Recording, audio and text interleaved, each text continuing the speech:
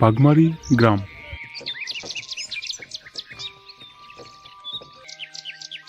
গ্রামটি সাদামাটা আর সৌন্দর্য ভরপুর। এটা হলো গ্রামের প্রধান রাস্তা। প্রধান রাস্তা দিয়ে একটু সামনে হেঁটে গেলে দেখতে পাবে ছোট্ট একটা পার্ক। ওই পার্কে দিনরাত চলে পাড়ার ছেলেদের আড্ডা। ওই পথ দিয়ে আরও বেশ কিছুটা হেঁটে গেলে সামনেই পড়বে বাঘেরালা শ্মশান। শ্মশানের পাশের ছোট রাস্তাটা দিয়ে একটু সামনে গেলেই দেখতে পাবে বিশাল বড় এক নদী। এখন বর্ষাকাল, তাই নদীর জল অনেকটাই বেশি। সকাল থেকে উড়ি উড়ি বৃষ্টি হচ্ছে, যার জন্য রাস্তাঘাট প্রচুর কাদা।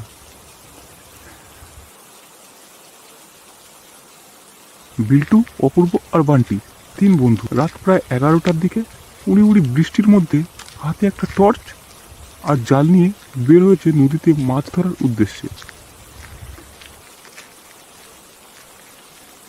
বর্ষার মরশুমে রাতের বেলা লাইট দিয়ে মাছ ধরার মজাটাই অন্যরকম। কিরে বিল্টু, তুই এত জোরে হাঁটছিস কেন? এই দাঁড়া, একসাথে যাই। দেখে তো মনে হচ্ছে সব মাছ তুই একাই ধরে নিবি।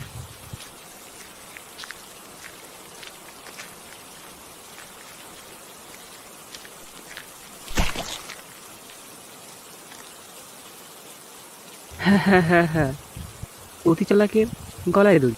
ভালোই হয়েছে, আমি জানি তো তোর সব কাজ সবসময় এমনই হয়। আগে আগে গিয়ে বেশি মাছ ধরার ইচ্ছা, তাই না? হ্যাঁ বউ, তুই ঠিক বলেছিস। বিল্টুর উচিত শিক্ষা হয়েছে। নিজেরা আমাকে নিয়ে মজা করা বাদ দিয়ে দয়া করে আমাকে একটু তুলবি, নয়তো তোরা যা, আমি আর মাছ ধরতে যাবো না। আচ্ছা, রাগ করিস না, আয় আমার হাতটা ধরে ওঠ।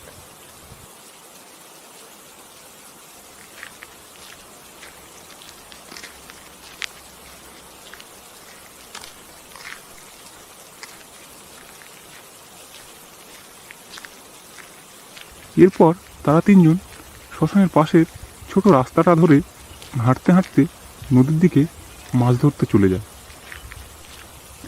রাতের বেলা এমনিতেই অন্ধকার, তার মধ্যে আবার উড়ি উড়ি বৃষ্টি। চারপাশটা আরও বেশি অন্ধকার আর ভয়ানক লাগছে। বিল্টু, তোর তো একাই মাছ ধরার ইচ্ছা, তুই ওই দিকে যা, আর আমি আর বান্টি এই দিকে যাচ্ছি। তোর হয়ে গেলে আমাদেরকে ডাক দিস, হ্যাঁ? আর হ্যাঁ, রাতের বেলা বেশি দূর যাস না, আমি তোকে খুঁজতে যেতে পারবো না কিন্তু আবার।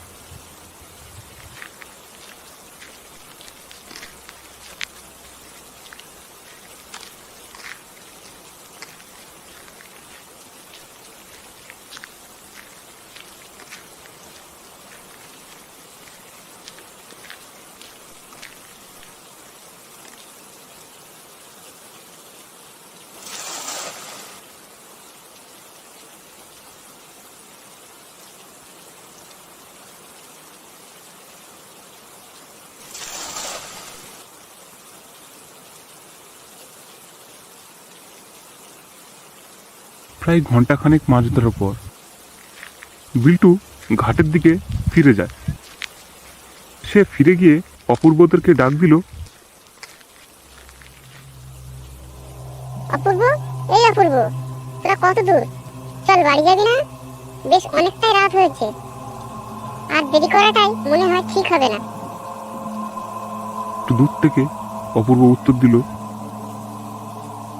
হ্যাঁ হ্যাঁ, যাই, একটু দাঁড়া।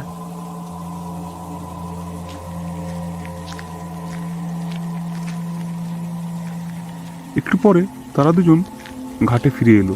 তখন রাত প্রায় 12টা কি 12:30 হবে। বিল্টুকে অপূর্ব বলল, কিরে, তোর না সবার থেকে বেশি মাছ ধরার নেশা? তাহলে এত তাড়াতাড়ি বাড়ি যেতে চাইছিস কেন? অপূর্ব, আমার জানি না কেমন একটা ভয় ভয় করছে। মনে হচ্ছে আমার পিছনে কেউ আছে। চারপাশটা কেমন অদ্ভুত লাগছে দেখতে। চল চল, আজ আমরা বাড়ি ফিরে যাই, কাল না হয় আবার আসবো। আচ্ছা ঠিক আছে, চল তাহলে। এমনিতেই বৃষ্টিতে বেশিক্ষণ ভেজাটা ঠিক হবে না, আবার অসুস্থ হয়ে পড়তে পারি। এরপর তারা তিনজন মিলে আবার বাড়ির পথে রওনা দিল।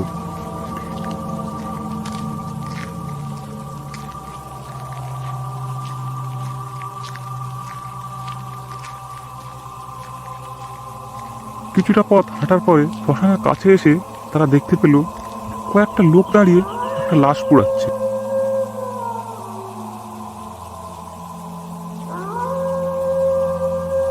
কি রে বিল্টু, এত রাতে লাশকে পড়াচ্ছে? আর আমরা তো যাওয়ার সময় তো এখানে কোনো লাশ দেখিনি। এত রাতে কে মারা গেল? হ্যাঁ তাই তো, চল গিয়ে দেখে আসি কে মারা গিয়েছে। আমাদের পাড়ার কেউ না তো? এই দাঁড়া তোরা, তোদের কি মনে হচ্ছে না বিষয়টা অস্বাভাবিক?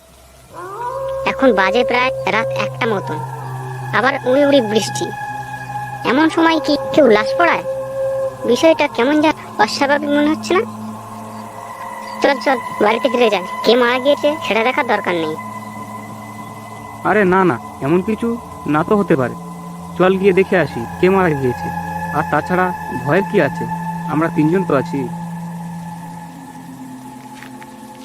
বান্টির কথা না শুনে বিল্টু আর অপূর্ব শ্মশানের ভিতর দিকে এগিয়ে যেতে থাকে, আর বাধ্য হয়ে বান্টি তাদের সাথে সাথে যেতে লাগলো।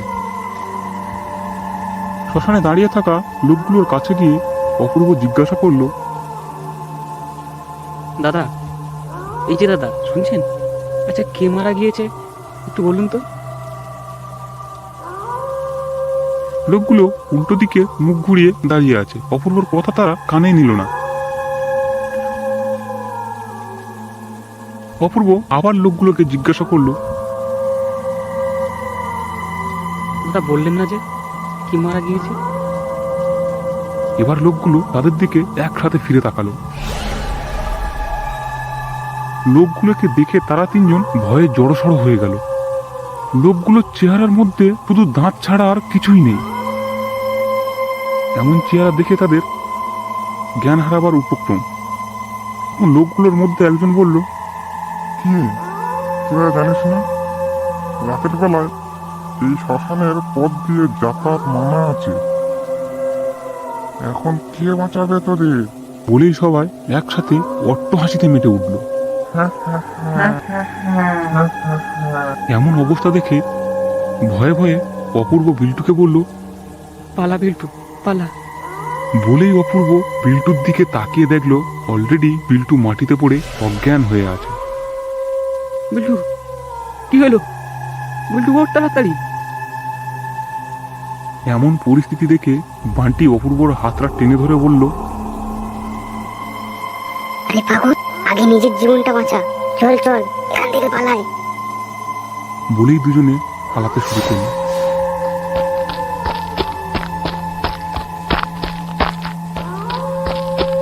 ছুটতে ছুটতে একসময় তারা দুজন একটি গাছের নিচে দাঁড়ালো।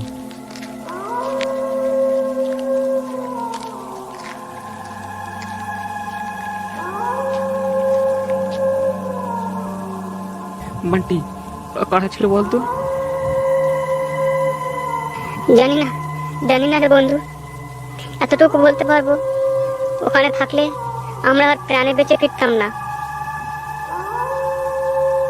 বিল্টু, হ্যাঁ বিল্টুর সাথে ওরা কি করলো বলতো? তারা যখন এইসব কথা বলছিল তখন হঠাৎ গাছ থেকে তাদের সামনে একটা মানুষের কঙ্কাল ঝুলে পড়ে। এমন দৃশ্য দেখে তারা দুজনে জ্ঞান হারিয়ে মাটিতে পড়ে যান।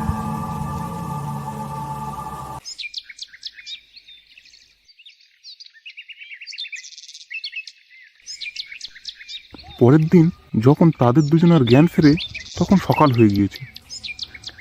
জ্ঞান ফিরতেই অপূর্ব বলে উঠল, বান্টি, বিল্টু, চল তো গিয়ে দেখে আসি বিল্টুর কি অবস্থা।